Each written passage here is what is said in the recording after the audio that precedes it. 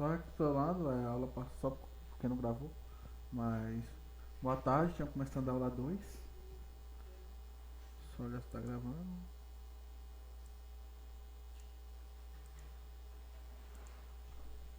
É, até a aula passada a gente estudou algumas coisas, como a teoria geral de conjuntos, que é um conjunto, operações conjuntos, e a gente teve um foco um monte de conjuntos finitos. A gente estudou quantidade de elementos de A união B, aí veio o princípio de inclusão e exclusão, etc, etc, etc. Só que agora a gente definiu o que são funções também. Também estudamos funções.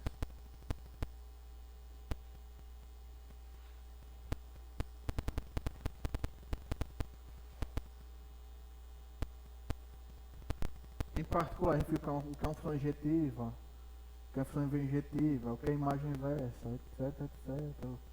O que é sobrejeção, o que não é função. Beleza? Então. Só que em particular a gente viu quantas funções tem de um conjunto finito em outro. É, quantas são injetivas, quantas bilhações existem. Só que agora a gente vai entrar no mundo mais rarefeito, que é o mundo infinito, que é um mundo um pouco tanto quanto interessante. Primeiramente, pessoal, vamos começar com conjuntos. Vamos lá, qual vai ser a motivação disso, antes de falar qualquer coisa?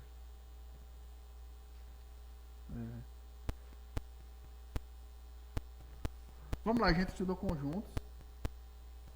E a gente viu em geral a gente escrevia conjunto como sendo algo assim, A1, A2, poderia ser infinito ou infinito. A gente tem a representação por diagrama de Venn.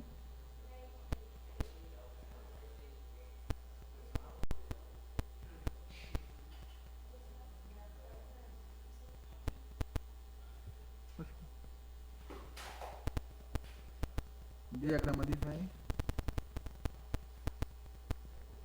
Beleza? Só que vocês viram que quando a gente construi números reais, a gente, quando a gente tem os números reais, a gente não usa nem isso e nem isso para nenhuma das duas coisas a gente usa para fazer intervalo. A gente simplesmente faz assim. Intervalo AB. Aí a pergunta que fica é por que a gente pode fazer isso com um intervalo? Colocar 1, A2, A3, A4, A5? Aí, essa é a pergunta que a gente vai responder até o final dessa primeira parte. Beleza? Por que não representar?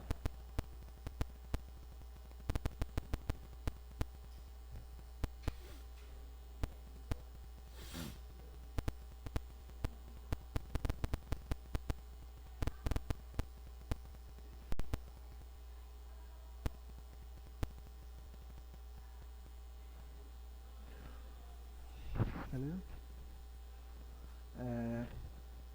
Com isso a gente vai. Todos esses tipos aqui a gente vai ver agora, que é o que? Conjuntos enumeráveis.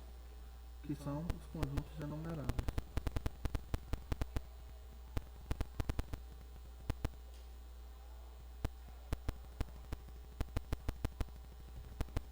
Beleza?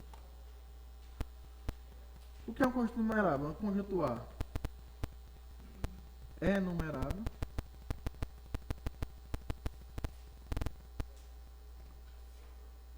se A é finito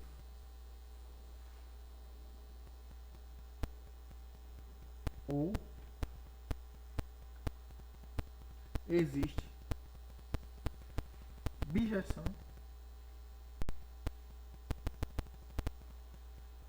entre A e os números naturais.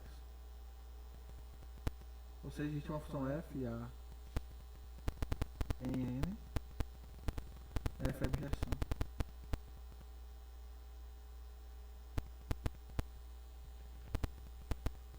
Ou seja, a gente está contando infinito. Note que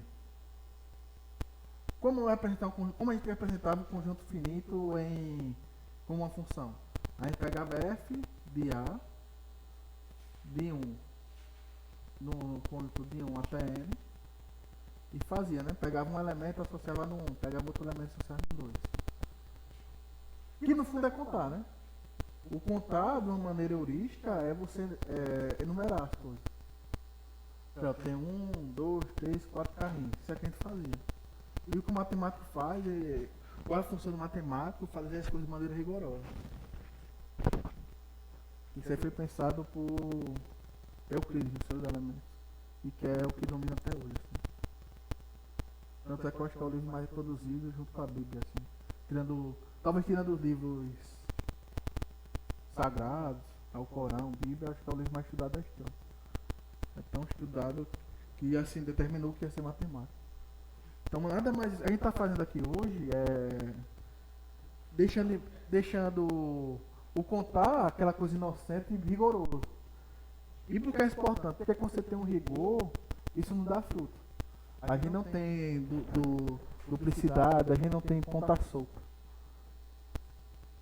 Por isso que o rigor é importante.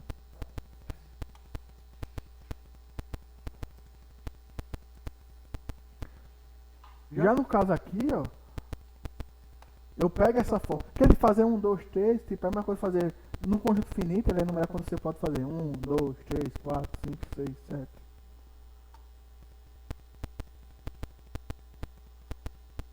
Beleza? Só que começa a ser uma coisa. Vamos começar agora a tentar entender melhor. Por exemplo, vocês concordam o seguinte: no mundo finito, por exemplo, você pega o conjunto aqui de alunos dessa sala. Tem tanto online quanto presencial. Esse é um conjunto de alunos. E você concorda que se eu pegar só os que estão online, vai ter menos aluno do que o geral? Vai. Só que no mundo infinito, isso não é tão claro. Que é o seguinte, ó. Você pega agora P como sendo P em N. P é par. E vamos definir F de N em P. Da seguinte forma, vou pegar um número N e levar em 2N.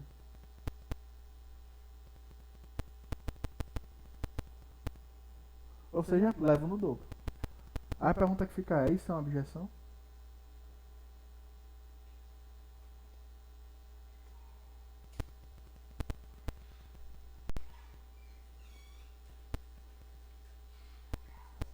Tá. O professor Cléber acabou de chegar aqui na sala. Quer mandar algum recado para os alunos online? Pessoal, o professor Cléber quer dar um aviso aqui. Pessoal, bora continuar a aula. Aí perguntar, isso é uma objeção? Objeção é uma função que é adjetiva e sobreadjetiva. Vamos lá, relembrando.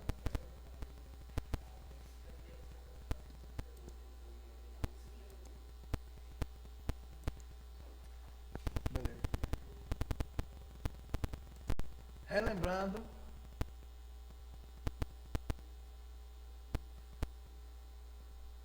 O que é uma injeção? Uma função f de x e y é injetiva se f de x for igual a f de y, implica x igual a y. Ou seja, carinhas distintas são levados em carinhas distintas.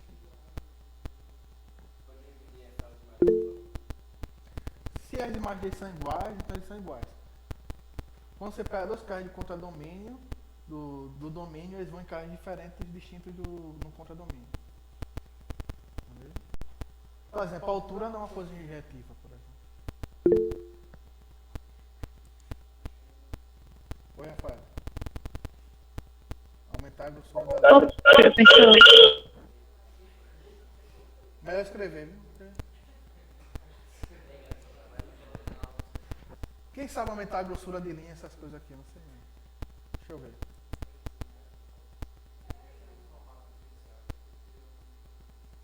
Aqui.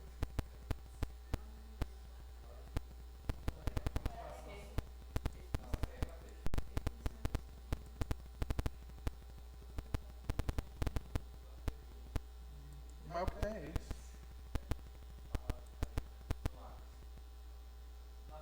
Tracejado e pontilhado, pior. Né? Deixa eu ver isso.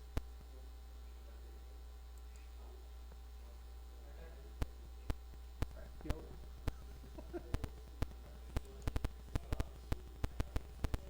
Eu acho que se eu escrever assim, eu acho que é como eu estou escrevendo. Perdão, pessoal. Mas vamos lá, né? Só recapitulando.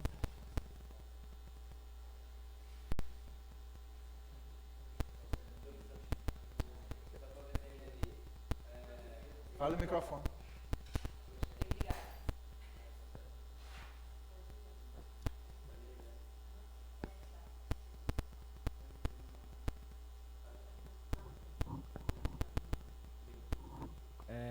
Dá pra ver?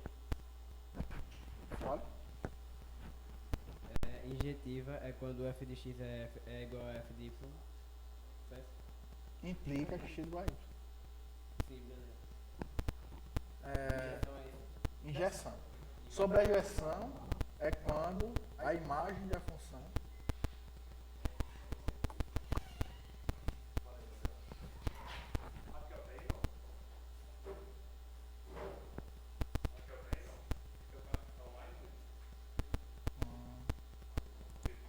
acho que não. Deixa eu ver. Não tá.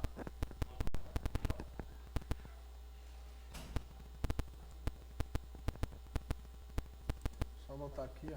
Vamos lá, o que é injeção? O que é objeção?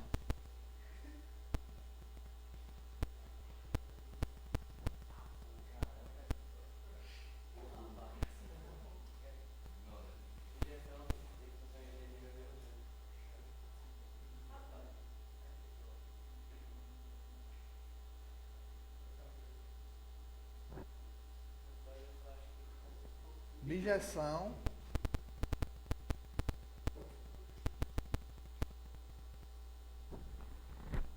é igual a injeção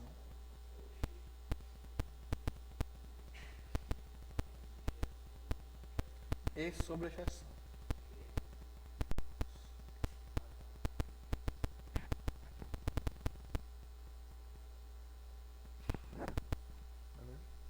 Vamos lá, relembrando o que é uma injeção.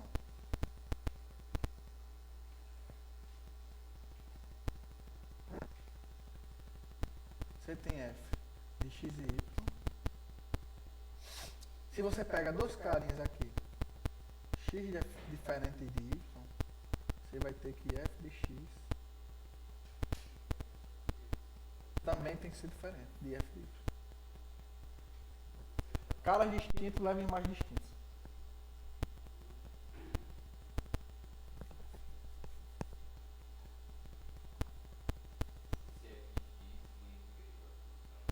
Aplicada no ponto x.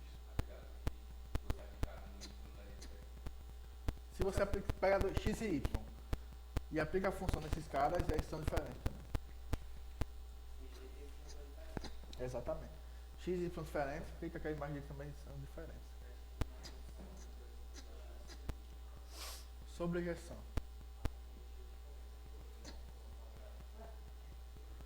Sobrejeção é f de x e y. Você vai pegar e aplicar o f em todos os pontos de x. Esse conjunto aqui é o imagem. É o conjunto de todos os pontos de f de x. Quando você aplica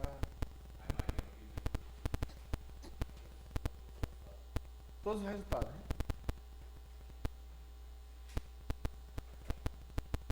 Pega cada elemento de x e aplica f nele.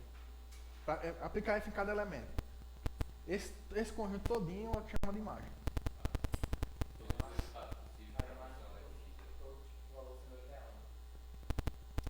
função é algo geral, não subreal. Por exemplo, diagrama de Venn disso, você tem x, y. Ele é injetiva se você pegar um cara aqui e outro aqui distinto.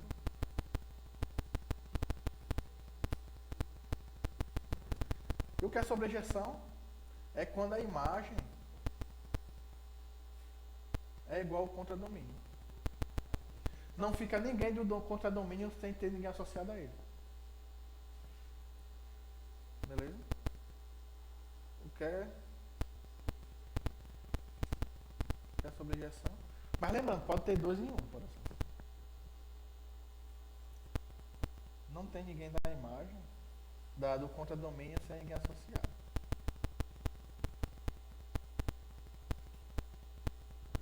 E não pode ter um ponto aqui sem ninguém solto. Porque lembrando, né? Não pode ter, para ser função, não pode ter ninguém de domínio sem ele ficar associado a alguém do contradomínio. Porém, nada impede que tenha alguém do contradomínio sem ninguém associado a ele.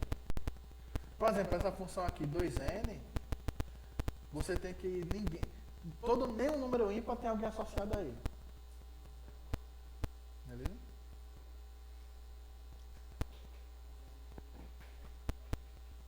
Aí o que é? Quando você junta os dois, injeção e sobrejeção, você tem as minhas superpoderosas. Não, bijeção. Você tem a bijeção. O que seria mais ou menos diagrama de Venn de abjeção?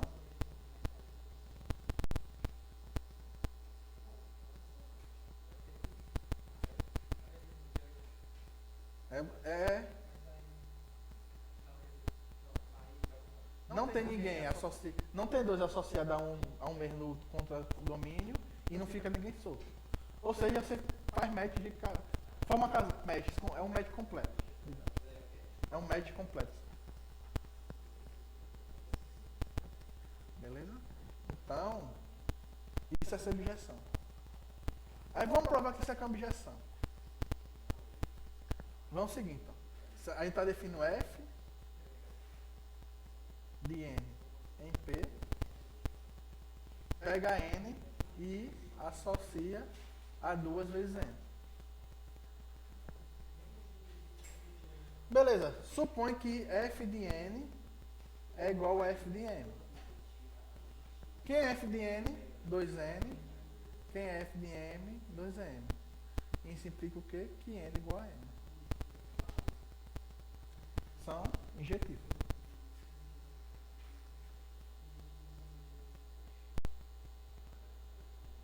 Ela é sobrejetiva? É. Se você pega um número P par, P por 2 pertence aos naturais. Então, se eu aplicar F no ponto P sobre 2, eu tenho que é 2 vezes P sobre 2, que é P.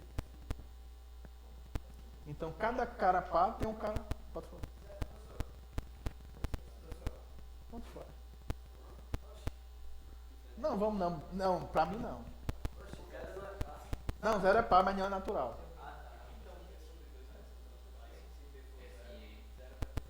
Não, tô falando só dos pares naturais. Não, 0 não é natural pra mim.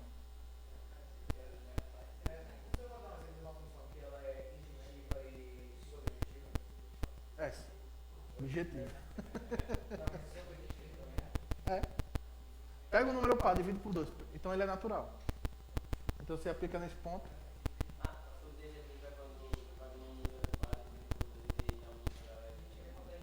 Não, é porque o que é ser sobrejetiva?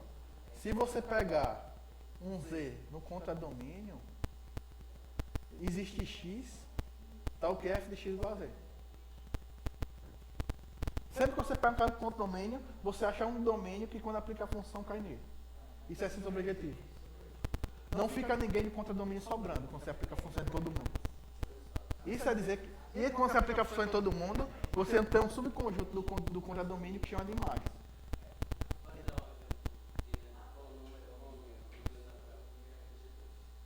Fala no microfone, tu pergunta muito. Pode dar um exemplo com números naturais? Exemplo de quê? De função subjetiva. Essa agora. Isso não é natural, não? Sim, é natural. Não, vamos lá. Pega a função. Vamos fazer x igual a 1, 2, 3. E y igual a 1, 2. Vamos definir a função f, tá o quê? F de 1 igual a 1. F de 2 igual a 2. F de 3 igual a 1.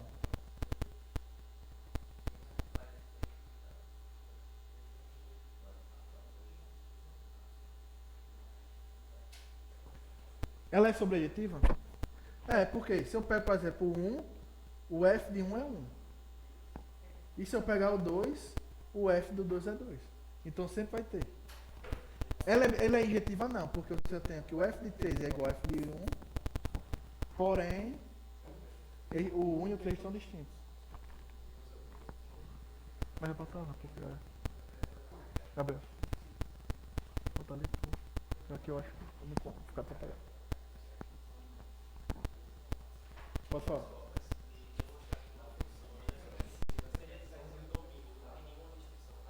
Não. Faz aí a pergunta.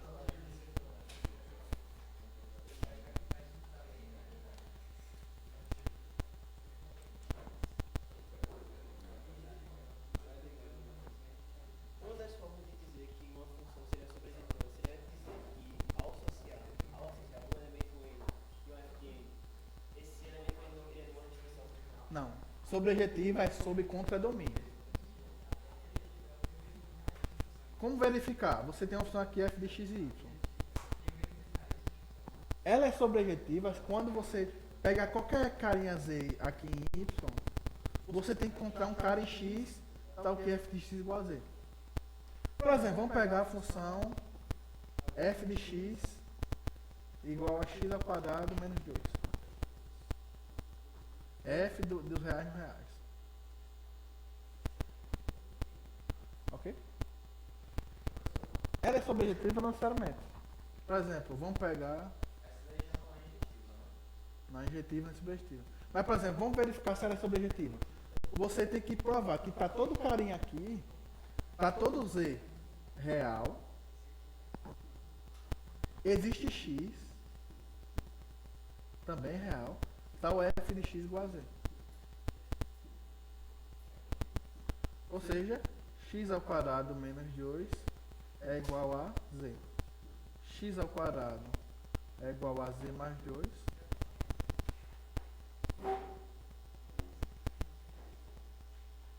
Ok?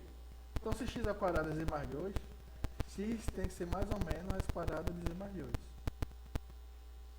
Só que para raiz quadrada estar bem definida, esse cara aqui tem que ser maior ou igual a 0. Ou seja, essa solução aqui só tem x só faz sentido, só consegue achar o valor de x se z mais 2 for maior ou igual a 0. Ou z maior ou igual a menos 2. Ou seja, se eu pegar aqui z igual a menos 3, você não tem solução. Então, tipo, ela não é sobrejetiva. E, por exemplo, se eu pegar o f de 1, por exemplo, é 1 ao quadrado menos 2, que é menos 1. E o f de menos 1 é menos 1 ao quadrado menos 1, menos 2, que também é menos 1. Então, você pegou cada distintos e associou na mesma margem. Que possui na mesma margem. Então, ela não é injetiva nem sobrejetiva. Sobrejetiva. Subjetiva é pessoal. Ela pode ter qualquer valor do contradomínio. Ela pode ficar por aqui, a injetiva. Caras distintos vão colocar caras distintos.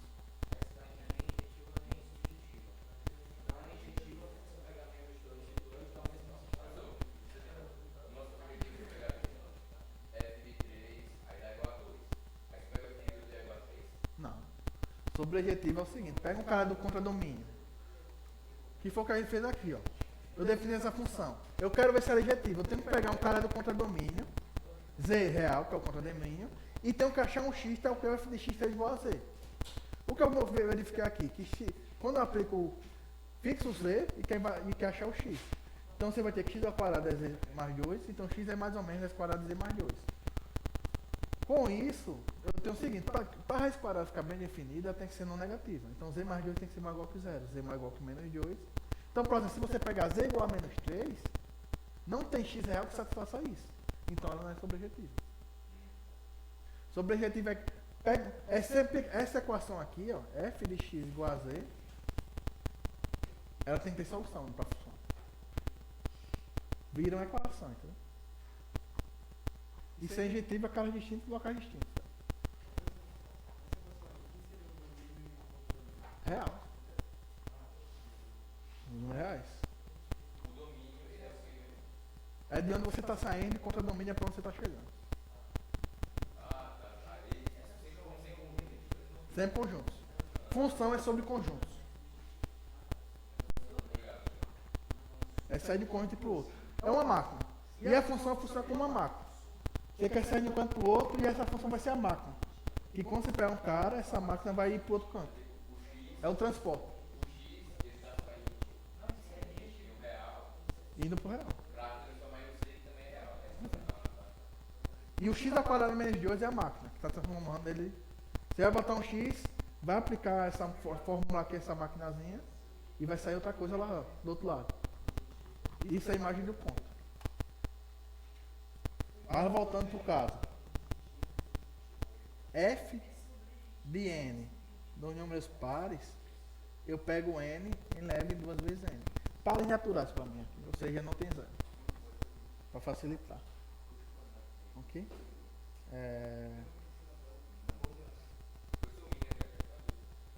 Pergunta, meu filho. Não, pergunta agora, porque... Mas bora lá. N 2N. Eu vou pegar N e levar um dobro dele. Beleza? Ela injetiva é, porque se F de N for igual a F de N, você tem que 2 vezes N é igual a 2 vezes N, o que implica, obviamente, N igual a N.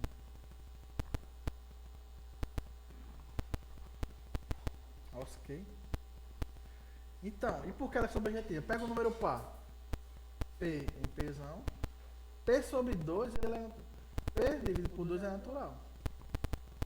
E se eu aplicar F em P sobre 2? É 2 vezes P sobre 2, que é P. Então ela é injetiva, porque se a imagem dos caras é igual, então eles têm que ser iguais. Que é o equivalente, né? Que é a conta recíproca. Porque, por exemplo, eu estou dizendo o seguinte, x igual a y, e x diferente de y, implica que f de x é diferente de f de y. Como vocês viram lá no curso de verão, que isso é o mesmo que dizer a conta recíproca, que é o quê? A negação da tese implica na negação da hipótese. Se negar que f de x é diferente de f de y, dizer que f de x igual a f de y, implica que a negação de x é diferente de y, ou seja, x igual a y.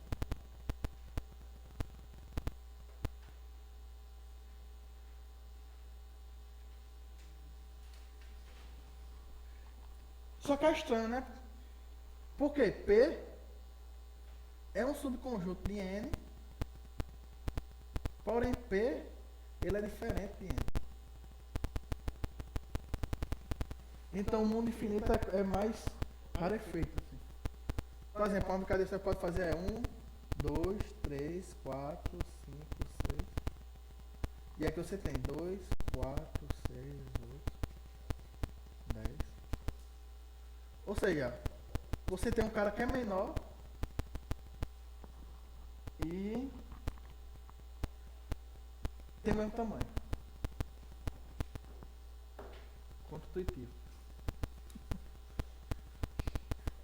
Renato Russo, como era um bom matemático, dizia, né? Eis o infinito dos deuses mais lindos.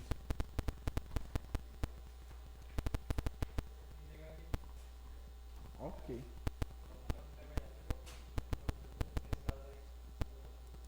Tá confuso, tá claro, tá russo. Russo é porque o russo em geral são os caras meio... Quando a coisa tá russa é porque tá muito complicada assim. Tá meio russo.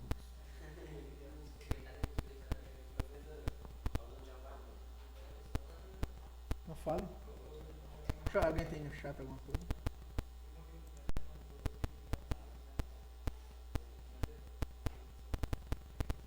Pessoal, vocês do chat agora estão enxergando bem a linha? Eu acho que eu ainda não aprendi direito a usar a caneta, porque ela tem que entrar meio que vertical, assim, 90 graus. Mas vamos fazer outra coisa aqui, ó. Eu quero provar que n, cartesiano n, é numerável.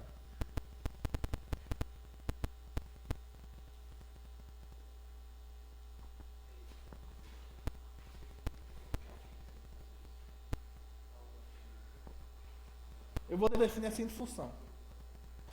F de n, cartesiano n, em n,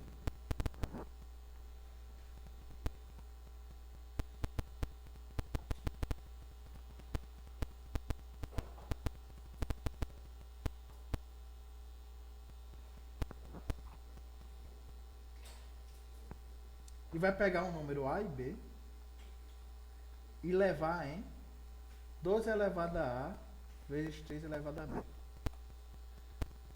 Reflitam.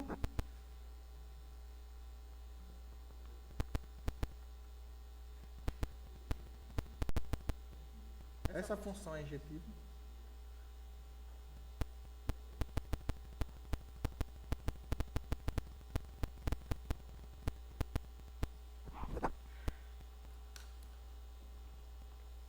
Yes or no?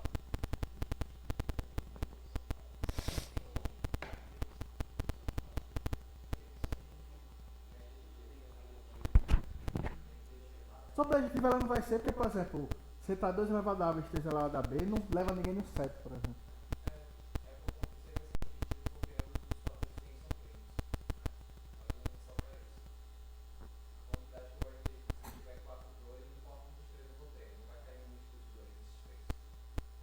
Tá meio confuso ainda. Tá um pouco confuso. O que eu quero provar? Vamos lá, o que é ser injetiva de novo? F de x igual a f de y, x igual a y. Você tem que concluir isso.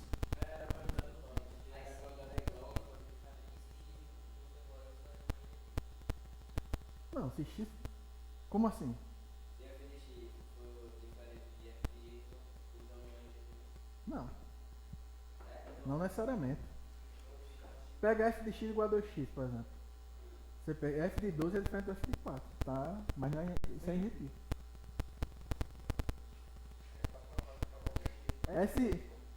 Se f de x for igual a y, implica f de x igual a y. Você está errando a questão lógica.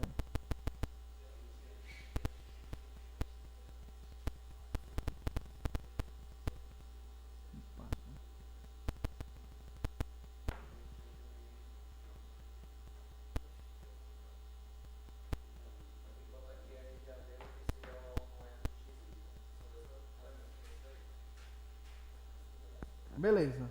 O Kevin, que está no quarto ano de média, é o seguinte, vamos ver f de AB ser igual a f de x. Kevin tem todos os caminhos, eu pego eles distintos e provo que se leva em caras distintos. Só que você trabalhar com desigualdade, muitas vezes dizer que algo é distinto de outro é pior, porque ele pode ser maior, pode ser menor. Então é melhor trabalhar que f de x igual a f de y implica que x igual a y. Ou seja, 2 elevado a A vezes 3 elevado a B é igual a 2 elevado a x vezes 3 elevado a y. Por que A vai ter que ser igual a x e B igual a y? Todo mundo aqui é de Olimpíada, tem que saber disso. Por que A tem que ser igual a x e B igual a y?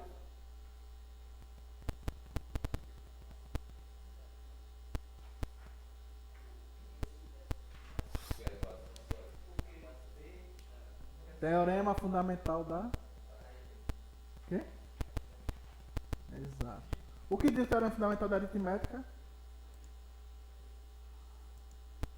Que todo mundo pode ser fatorado como produto de primos e de uma única maneira. Existência e necessidade. Teorema fundamental. implica A igual a X e B igual a Y. Então ela é injetiva. Ela é sobrejetiva não. Mas vamos lá. Isso garante que a função ela é que n por n vai ser numerável? Só de existir uma injeção?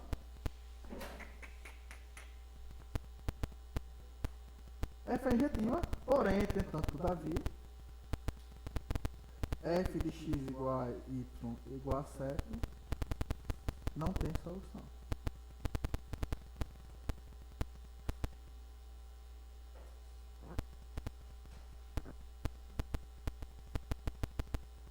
Ou seja, não é sobrejetiva. Mas o que garante? Vocês concordam o seguinte, ó, que f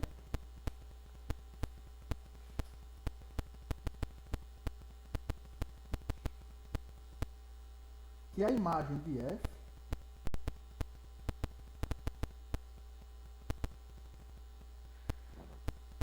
é um subconjunto naturais. Se eu pegar f em todo ponto pares AB de n por n, ou n quadrado, se preferir, você tem um subconjunto dos números naturais. Há um lema que a gente vai usar o seguinte, ó.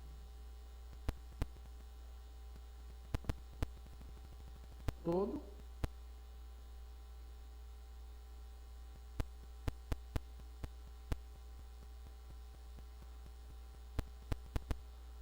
x contido em n é enumerável.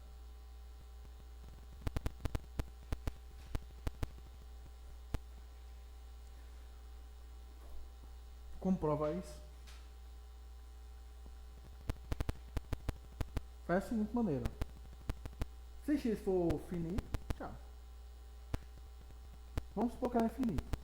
Então x, pelo princípio da subordinação, que é equivalente ao princípio de indução, que a gente está usando como axioma em geral, você tem que x possui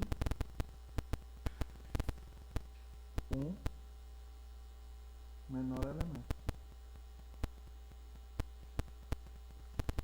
Então o f de 1 vai ser esse cara. O menor elemento x1. Então f do x1 vai no x1. Tira o x1.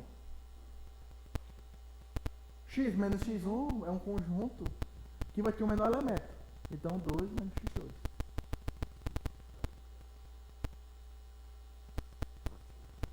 E assim por diante. O f de xn de n é xn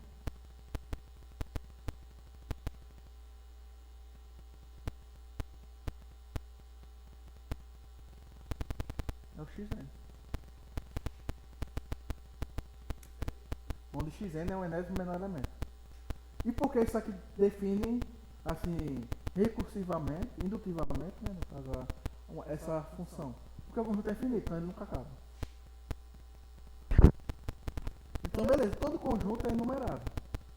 Subconjunto natural é enumerável. Então essa imagem de f aqui é um subconjunto de n, que são os k2 elevado a a vezes 3 elevado a b. É um subconjunto de n. Além disso,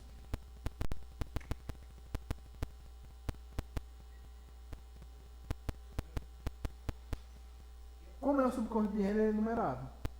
Porém, é o seguinte, a gente pode considerar f como indo n, cartesiano n, e olhando em vez de naturais, olhando a imagem somente.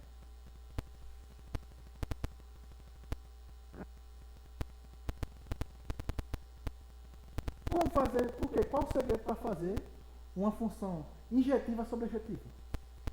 Diminui com o predomínio, porque não está tendo nada associado, você tira. É uma maneira de criar a reação. Por exemplo, pensa aqui, eu tenho 3 aqui e 4 aqui.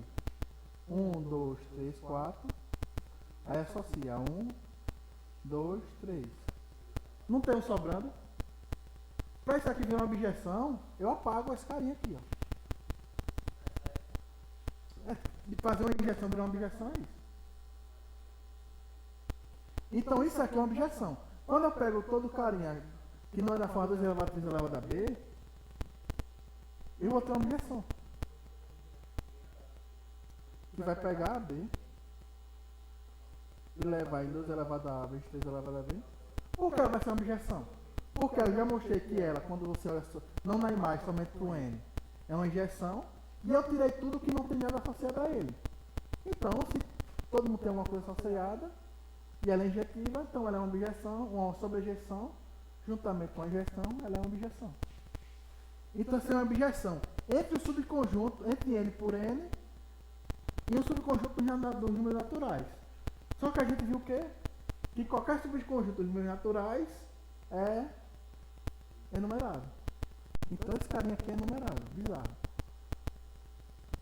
Aí vamos lá, Q os números racionais pode ser visto como um subconjunto desse carinha aqui. É só pegar A sobre B e levar em AB.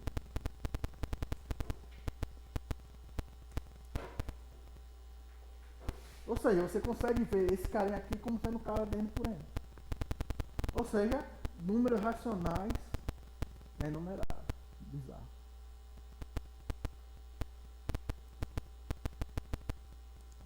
Exercício.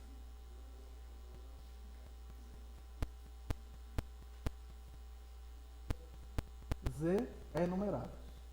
Isso é fácil.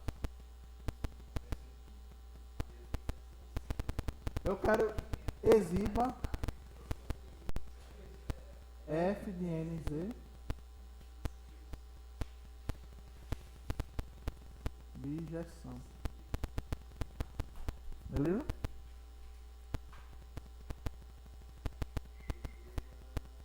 Abjeção. Quero que vocês exibam a abjeção.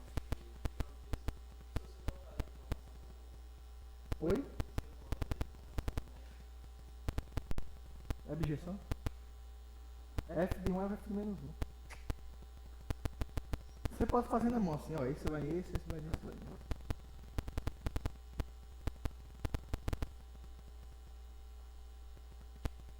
Beleza, mas lembrando que a gente quer mostrar por que o R a gente não representa o intervalo como sendo algo enumerável. Vem agora. É o seguinte, ó. M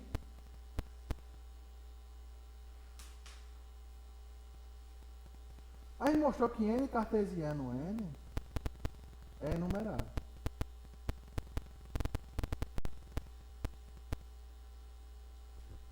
E se eu pegar n elevado a n, que é n por n, n vezes, também vai ser. Você pega os p primeiro, quem sabe, por exemplo, que existe infinitos números primos. Então a gente vai pegar o f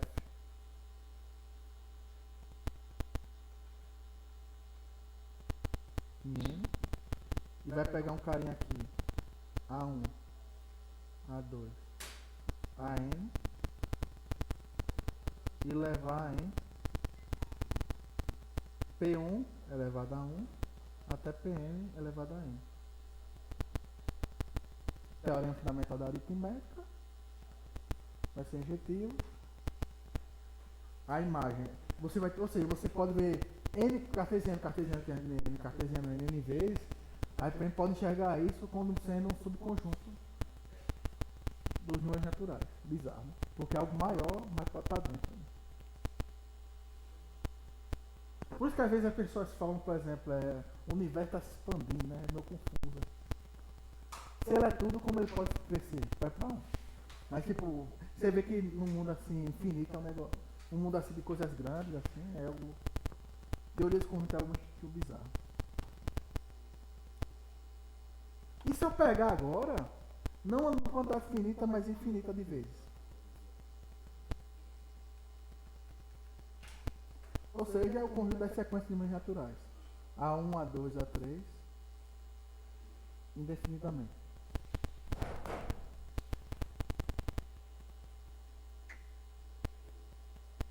A prova é, o que eu vou afirmar isso é que isso aqui não é enumerável.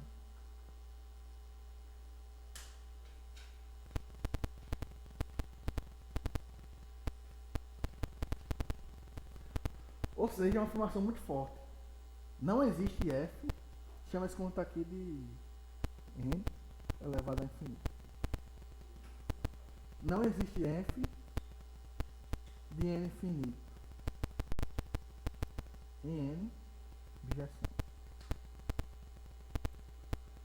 Esse é, o argumento usado para isso é um argumento que vocês vão levar para a vida. Que é o seguinte, supõe que existe uma objeção. Existe uma objeção e deixei em sequência. Por exemplo, eu falo o seguinte, que você pode enumerar A1, A12, A1N e assim por diante. Aí segunda linha, primeira coluna, A22, A2N, A31, A32, A3N, infinitas vezes. E vai fazendo isso aqui. Isso é ser numerável. É você conseguir pegar um carinha daqui, leva um desse, pega o outro carinha, leva outro. É contar mesmo. Só com uma maneira infinita. O que a gente vai fazer agora? Não tem esse cara. Vamos pegar a diagonal.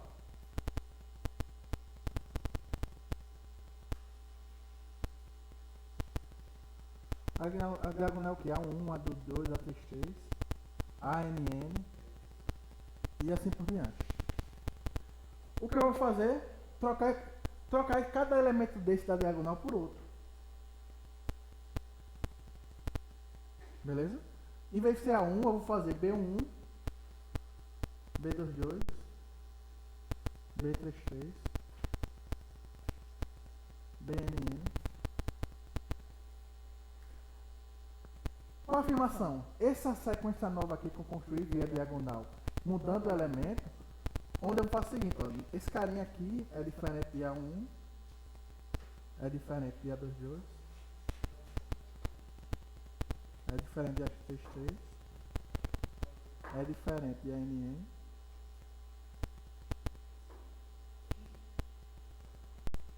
de ANN e assim por diante.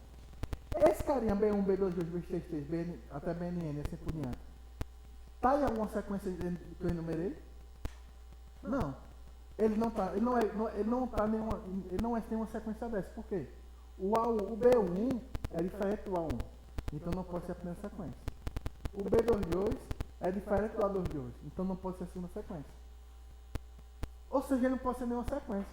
Se eu pegar a késima sequência aqui, o BKK é diferente do AKK. Então não tem como esse cara aqui estar na sequência. Ou seja, sempre que eu numero, eu fico fora. Então não tem como ser numerado. Isso aí que a gente chama de argumento da diagonal de campo. Campo. Foi um cara que estudou teoria de conjuntos. E ele estudou esse tipo de conjunto infinito maior do que outro. Da diagonal de campo.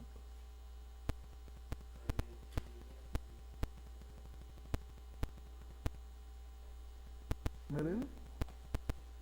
Com isso, pessoal, vamos pro seguinte.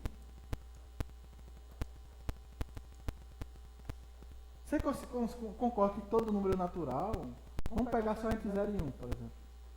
Vamos pegar o 0 e 1 e vamos pegar todos os números tipo 0 da forma 1, vai ser todo mundo na forma 0,A1, A2, infinitamente, onde cada i aqui dessa sequência é igual a 0 ou a i igual a 1. Vamos pensar todos os números naturais, números reais, que é da forma 0, e a mantice que a gente chama, né, é tudo 0 ou 1. São números entre 0 e 1, são números reais.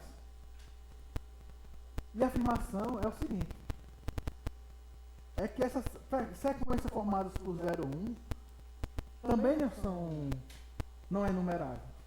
Por quê? Esse mesmo argumento aqui. Supõe que toda sequência formada por 0 e 1 seja numerável, então você enumera. Aí você pega a diagonal, cada elemento da diagonal vai ser igual a 0 ou 1. Onde tem 0 você vai botar 1, e onde tem 1 você vai botar 0. Aí você constrói essa nova sequência. Então sempre tem um cara que fica de fora. Ou seja, esse conjunto aqui, ó, que é da forma 0,10, 1100, ou ele é um subconjunto de números reais, porém, que todavia não é numerável. Em geral, os números reais não é um conjunto enumerável.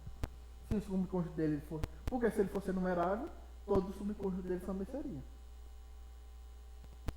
Então, por isso, pessoal, que quando vocês vão ver lá no ensino médio, o seu professor não vai representar o 01 da forma A1, A2, A3. Ele só vai escrever assim, 0,1.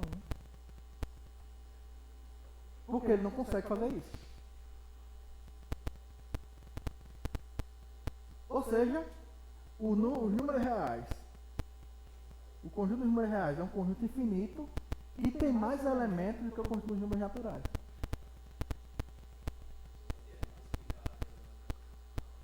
É assim, eu quero provar que algo é não numerável. Enumera, pega a diagonal, como se fosse uma matriz, e troca os elementos da diagonal.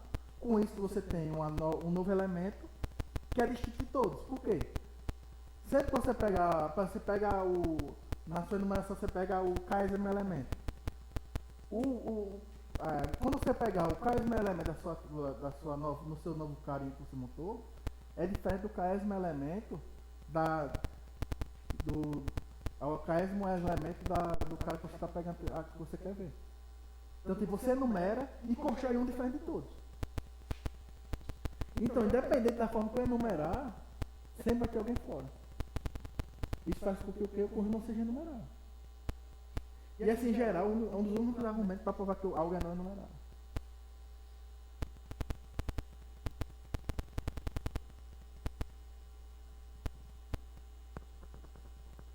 Outro conjunto não enumerável, as partes de N.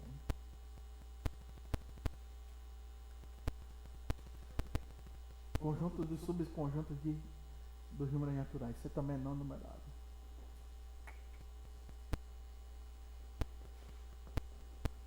Vou pedir para o Dante mostrar isso na teoria. Aí a pergunta é, as partes de N tem a mesma quantidade de elementos de números reais?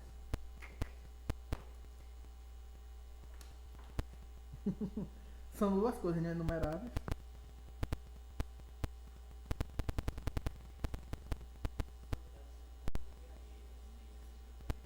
É dois ela. Oi?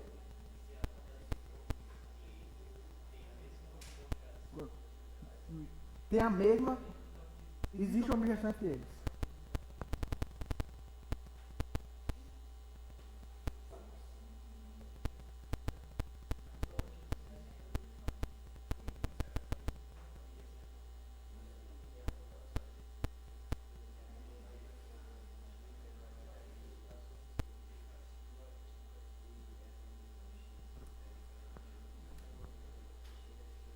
Porque aí entra no negócio que chama hipótese do contínuo.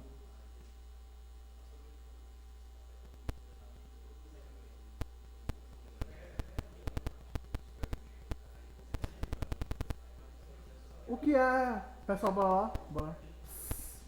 O que é a hipótese do contínuo? Você tem aqui os números naturais e tem os reais, né? Aí você tem qual é a hipótese do contínuo? É que não tem nenhum carinha entre esses dois no sentido de cardinalidade. Porque, por exemplo, eu tenho o número de elementos naturais é menor que o número de elementos reais. O que diz a hipótese do contínuo? Que não tem ninguém intermediário. Não tem ninguém com mais elementos do que os números naturais e menor do que os números reais.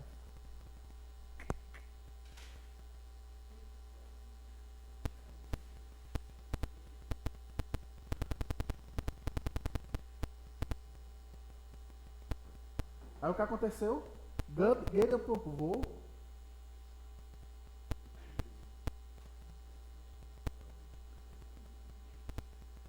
que ela é indecidível.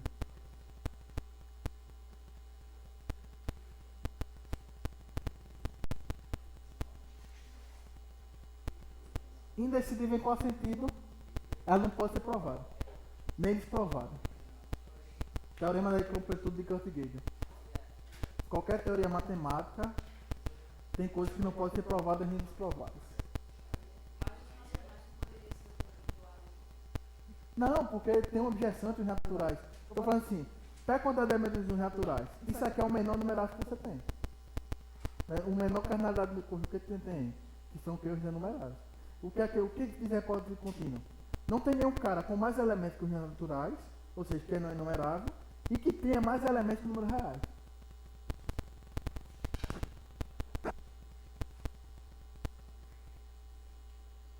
A Gödel provou que isso é indecidível. Que com as teorias, com os axiomas que a gente assume, não tem como provar que isso é verdadeiro nem falso. Isso é uma teoria geral chamada teoria da incompletude de Gödel. Tem coisa, qualquer teoria matemática que criar vai ter coisa que não é decidida, tem que seguir que não.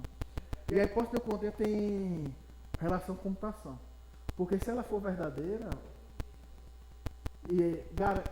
ela diz que se ela for verdadeira, ela dá fundamentos para que você construa computadores de capacidade limitada. Quer ver, um computador tem limitação. Então, tipo, sei lá, você consegue construir um Jarvis, que é um computador que tem capacidade ilimitada de aprendizagem. Isso aqui, ou seja, a matemática ela tem uma limitação. Intervalo de 10 minutos, tá vendo?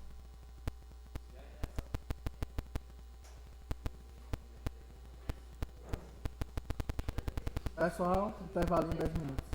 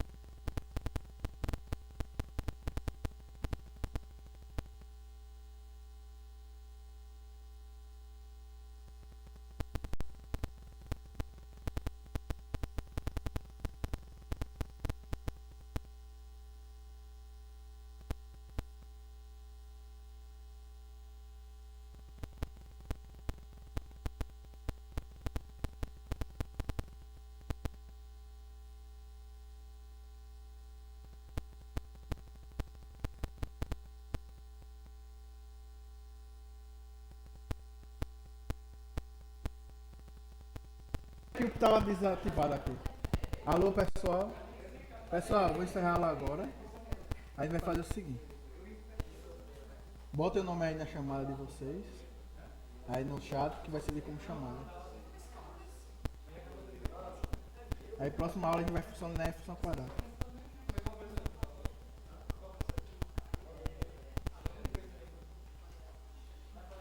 Quem saiu aí, peço pra entrar. Quem conheceu o pessoal aí.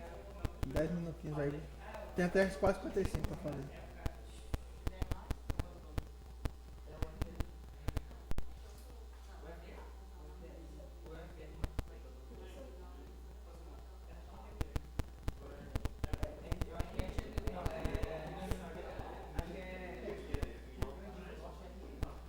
Aí na próxima aula vai ser função quadrada e função afim.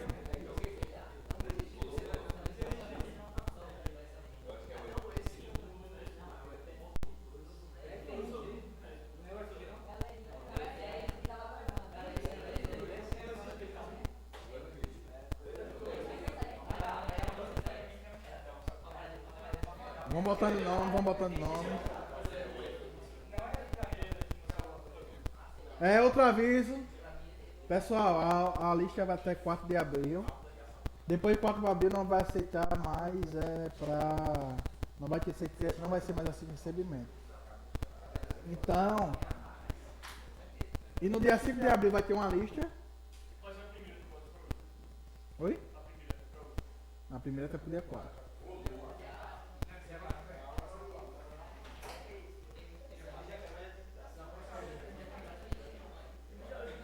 Mais difícil.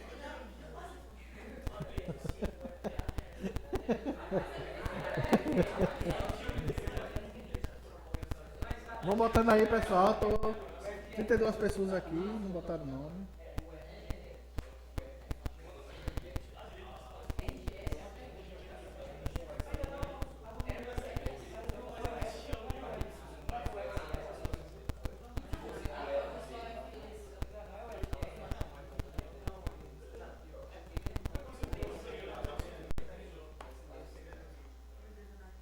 Já, Carlos.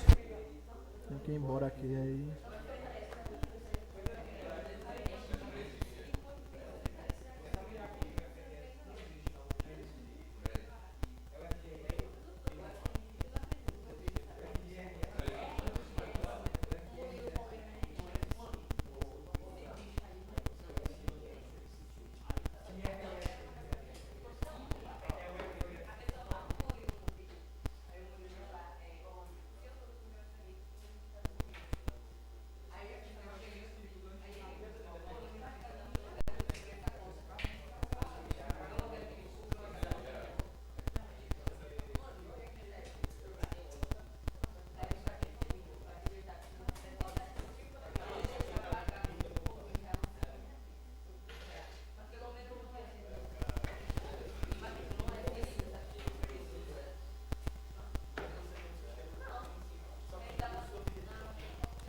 Até a próxima semana, pessoal do online.